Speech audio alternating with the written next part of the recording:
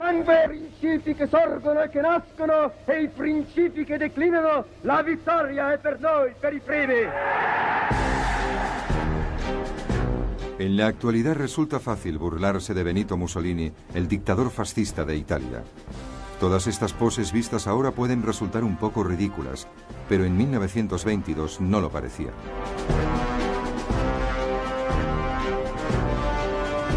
En aquella época se tenía la impresión de que Italia estaba al borde de la anarquía.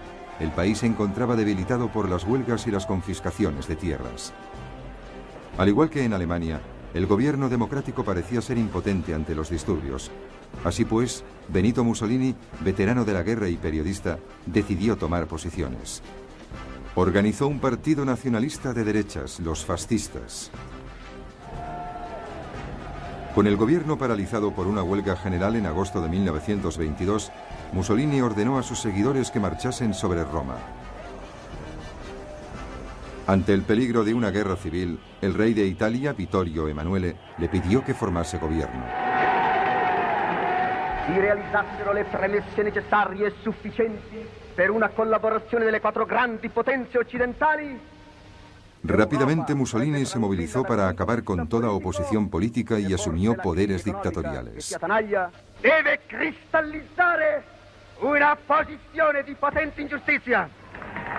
En 1928 su posición parecía segura. El Parlamento era nombrado más que elegido y todo el poder se concentraba firmemente en el Gran Consejo Fascista.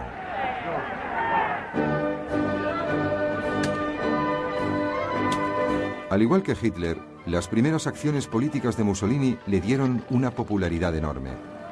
Los grandes programas de obras públicas proporcionaron trabajo y transformaron las infraestructuras de Italia.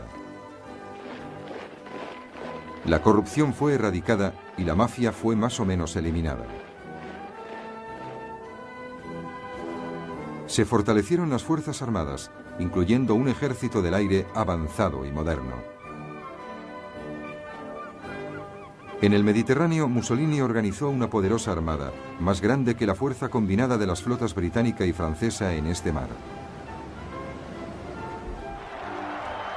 Y cuando llegó la Gran Depresión, Italia pareció capearla mejor que la mayoría.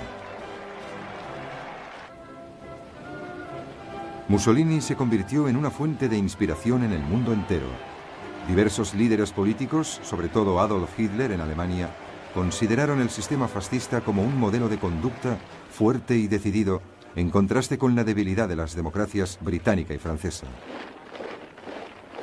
Pero Mussolini deseaba algo más que adulación. Quería recrear el Imperio Romano y tenía ya un objetivo en mente para su primera expoliación imperial.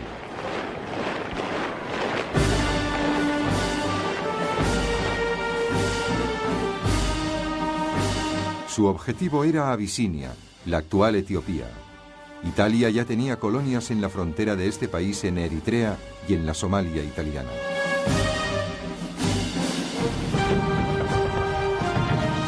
En diciembre de 1934, las fuerzas italianas provocaron un choque con las tropas abisinias en un oasis de la región de Ogadén, en el interior del territorio abisinio.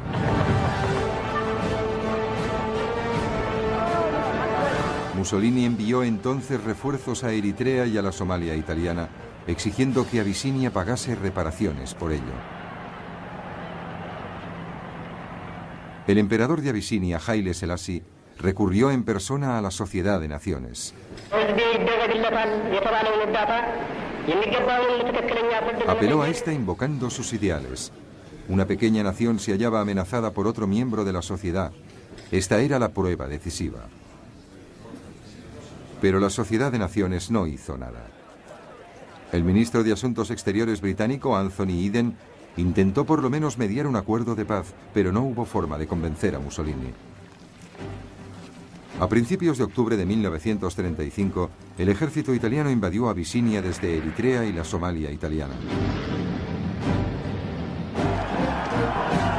Las rudimentarias fuerzas abisinias tenían pocas posibilidades frente a un ejército moderno equipado con artillería y tanques.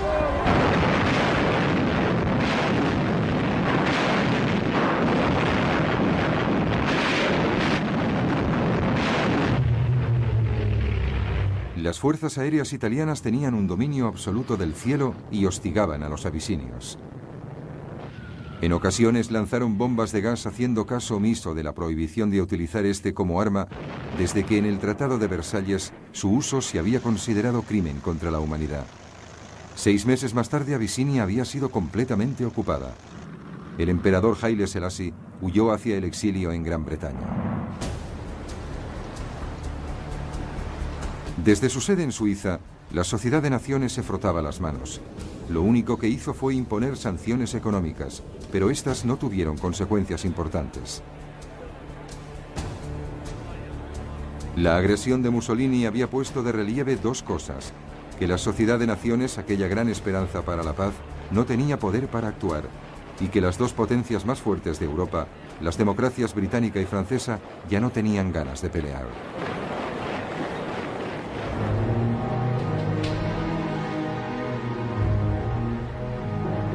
Tanto Gran Bretaña como Francia habían quedado destrozadas por la Primera Guerra Mundial y sus economías no se habían recuperado realmente. Ambas habían sufrido oleadas de huelgas y disturbios y habían experimentado un generalizado aumento del desempleo aún antes de la Gran Depresión.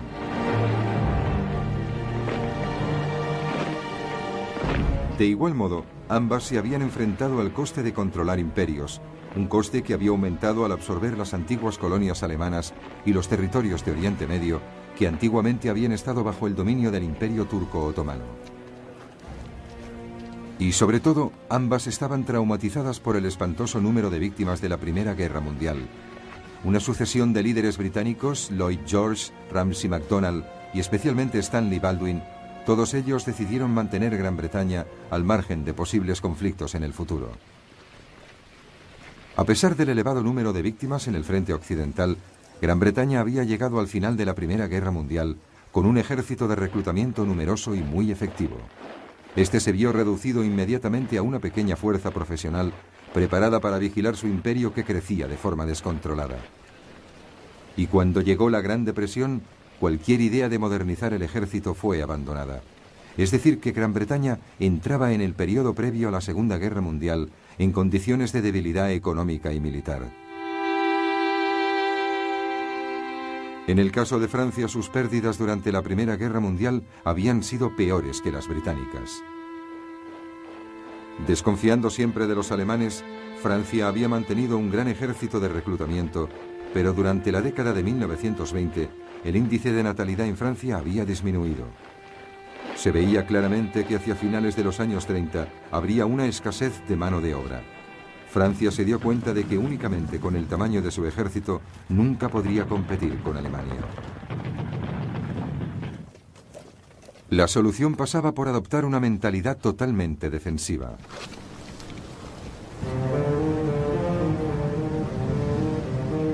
La línea Maginot, una serie de fortificaciones defensivas, se había empezado a construir en 1930 a lo largo de la frontera con Alemania y se extendía hasta la frontera belga. Allí enlazaba teóricamente con fortificaciones planificadas por los belgas. Este nuevo enfoque militar francés significaba que Francia solo era capaz de llevar a cabo una guerra defensiva. De hecho, no tenía la capacidad suficiente para lanzar un ataque sobre Italia, aunque los británicos hubiesen tenido tropas para ayudarle. Y evidentemente, ambos países sabían que sus marinas de guerra en el Mediterráneo eran superadas en número por la nueva flota de Mussolini.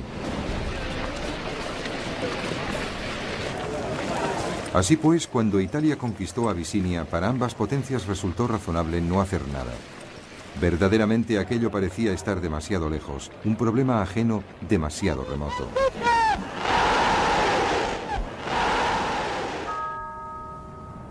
En aquel momento, tanto Francia como Gran Bretaña tenían que hacer frente a las graves consecuencias de la Gran Depresión. Era un asunto mucho más urgente, y por encima de todo, se enfrentaban a una amenaza militar mucho más próxima. Una Alemania que estaba renaciendo y rearmándose. El poder alemán, al igual que el italiano, iba a mostrar sus armas muy pronto en el apoyo a otro dictador en ascenso. Esta vez, en España.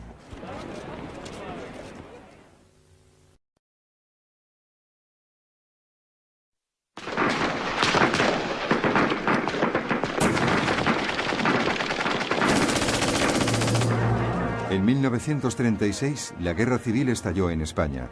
Fue excepcionalmente sanguinaria, enemistando a familias con familias, comunistas con fascistas, creyentes con ateos.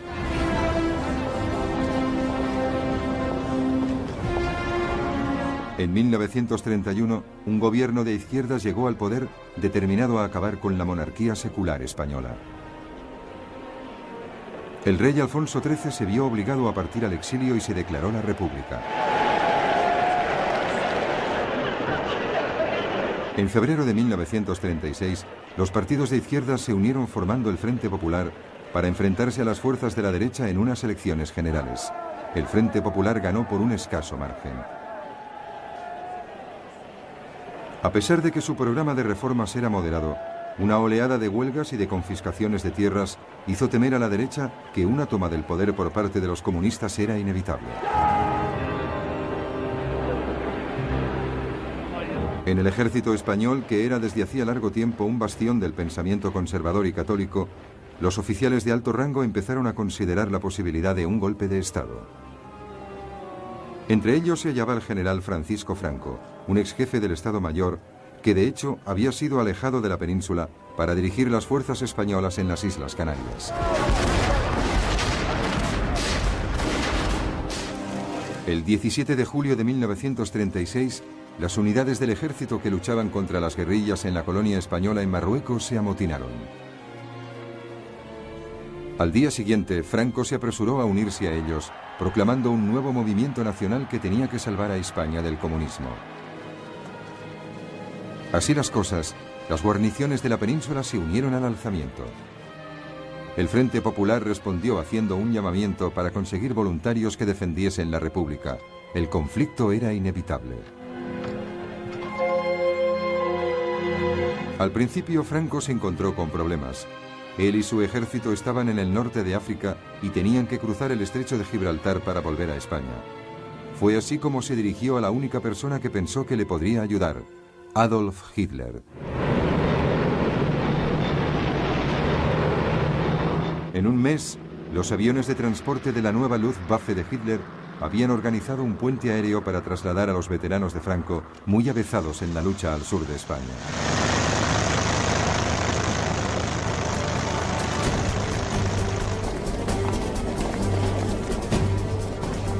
Pero en esta fase parecía que la República aún tenía ventaja.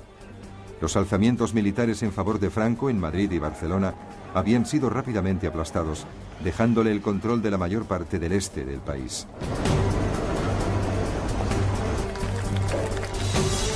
Los nacionales de Franco quedaron confinados sobre todo al noroeste y parte del sur de España.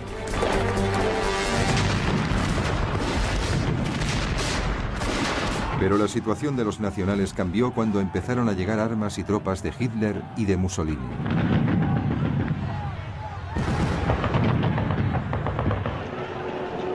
El dictador alemán aprovechó la oportunidad para probar su nuevo equipamiento y sus fuerzas armadas que se hallaban en pleno desarrollo. Los primeros tanques Panzer fueron enviados junto con unos 12.000 soldados. Mientras tanto, la Luftwaffe desplegó a la Legión Cóndor con sus bombarderos y aviones de combate ultramodernos.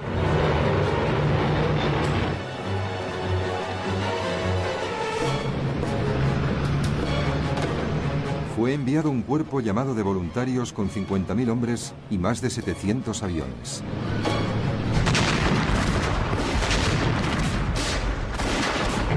Los republicanos solicitaron en vano la ayuda de Gran Bretaña, Francia y la Unión Soviética.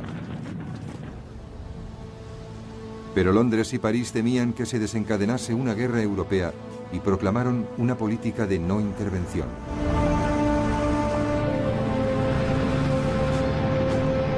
Sin embargo, tanto Alemania como Italia atendieron la solicitud de ayuda. Y cuando se hizo evidente que estaban enviando armas al bando nacional, Joseph Stalin, el líder soviético, anunció que ayudaría a la República. Lo que le preocupaba a Stalin era el ascenso del fascismo en Alemania. Hitler había expresado muy claramente su creencia de que el comunismo era el enemigo supremo del nazismo. Stalin comprendió que el conflicto español era una forma de mantener a Alemania e Italia ocupadas mientras fortalecía el poder militar de la Unión Soviética. Unos 700 asesores militares fueron enviados junto con tanques y aviones de guerra. Era algo, pero no lo suficiente para poder contrarrestar la ayuda que Franco había recibido de Hitler y Mussolini. De hecho, la fuente más importante de ayuda a la República no provino en absoluto de un país, sino de los voluntarios, las brigadas internacionales. Unos 30.000 norteamericanos, británicos, franceses y alemanes de izquierdas se alistaron para combatir en España.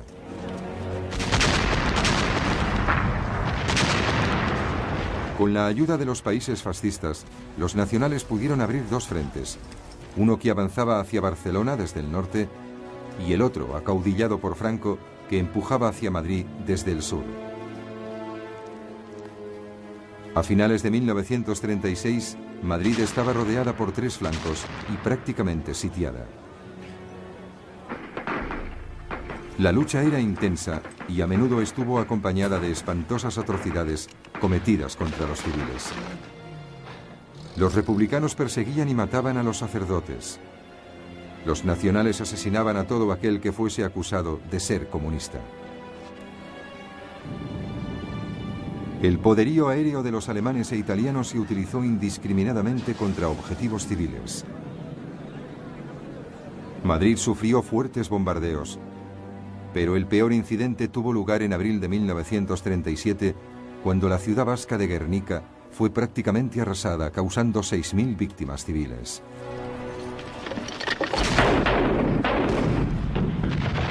La zona controlada por la República se vio progresivamente reducida. Sus fuerzas luchaban con gran valor, pero sus combatientes insuficientemente entrenados y equipados no podían competir con los soldados profesionales dirigidos por Franco y con el armamento moderno combinado de Italia y Alemania. A la vez que la guerra se prolongaba, la lucha alrededor de Madrid se convirtió en un símbolo de la determinación de la izquierda de no dejarse aplastar por la dictadura franquista. Pero entre bastidores, la alianza republicana se estaba desmoronando. Los comunistas y socialistas deseaban concentrarse en obtener una victoria militar.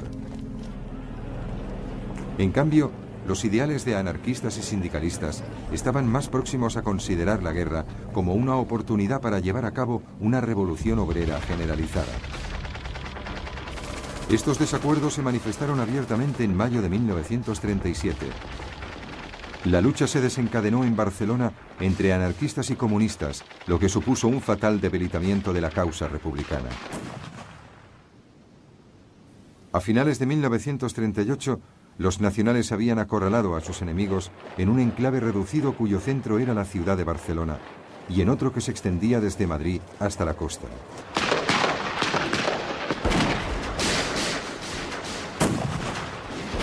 Madrid seguía resistiendo, pero las brigadas internacionales fueron retiradas. A la vez que las fuerzas franquistas se aproximaban para llevar a cabo el asalto final a Madrid, fue creciendo el número de naciones que empezaron a reconocer al gobierno de Franco. A finales de marzo de 1939, con sus defensores exhaustos, después de casi 3 años de lucha, la capital acabó por rendirse.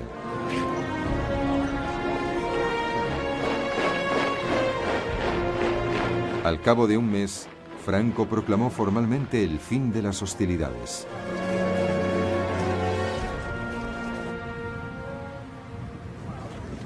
Las heridas de la guerra civil española tardarían años en cerrarse y, en cierto modo, todavía no han cicatrizado. A nivel internacional, la victoria de Franco sobre la República resultó ser un desastre. Hitler y Mussolini vieron confirmada su creencia de que las democracias británica y francesa eran impotentes para soportar cualquier presión real. Mientras, Stalin había perdido la esperanza respecto a la voluntad de estas naciones de enfrentarse al fascismo. Hitler en particular vio que el camino estaba abierto para poner en práctica sus agresivas políticas esbozadas en Mein Kampf. Incluso antes de que la guerra civil española finalizase, sus ejércitos ya se habían puesto en marcha.